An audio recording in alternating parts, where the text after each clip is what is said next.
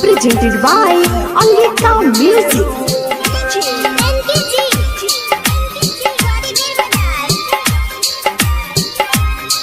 Music by मद के मिल न चैना हो जाता तोहके नैना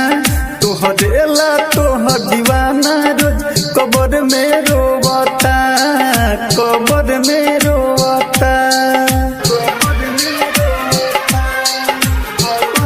अरे हम तड़पी समसान तू गइलू ससुराल तोहरे ही रहिया सुन जान कब से जो होता कब से जो होता मद के मिल न चैना हो जाता तोहके नैना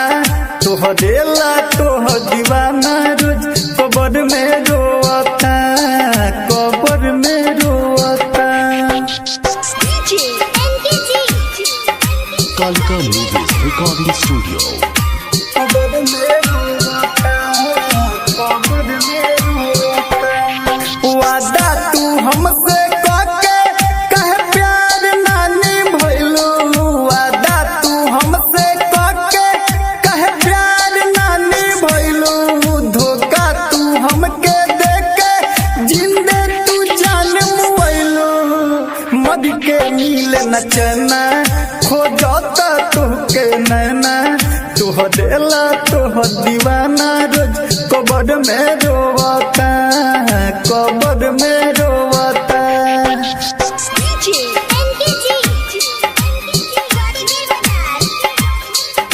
कबर में रोवता कबर में रोवता